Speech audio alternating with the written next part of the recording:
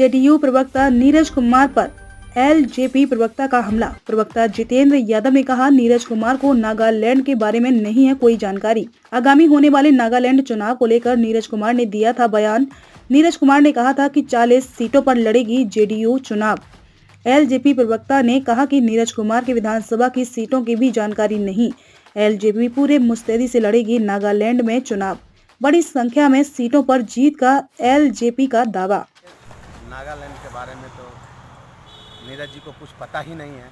वहाँ कितना सीट है और कितना विधानसभा है।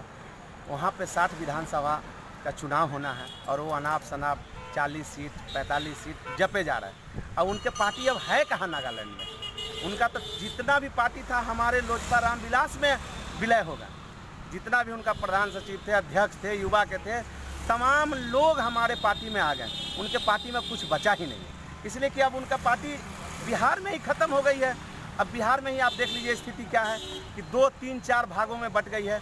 कोई कह रहा है कि अशोक चौधरी को निकाल देना है, कोई कह रहा है कि नीतीश जी को निकाल देना है, कोई कह रहा है कि कुशवाहा जी को निकाल देना है, उपेंद्र कुशवाहा जी को निकाल देना है। तो ये हमारे और आपसे कोई छुपा हुआ नहीं है। इसीलिए नीरज जी का बयान किसी भी तरह से हम लोग उनके बयान को संज्ञान नहीं लेते हैं। आप लोग की तैयारी कैसी है नागालैंड? हमारे तैयारी है, जहाँ पर बीजेपी का उम्मीदवार रहेगा वहाँ लोजपा रामविलास उम्मीदवार नहीं देगा और हम लोग सभी जगह 7 के 7 सीट जीतने का काम करेंगे।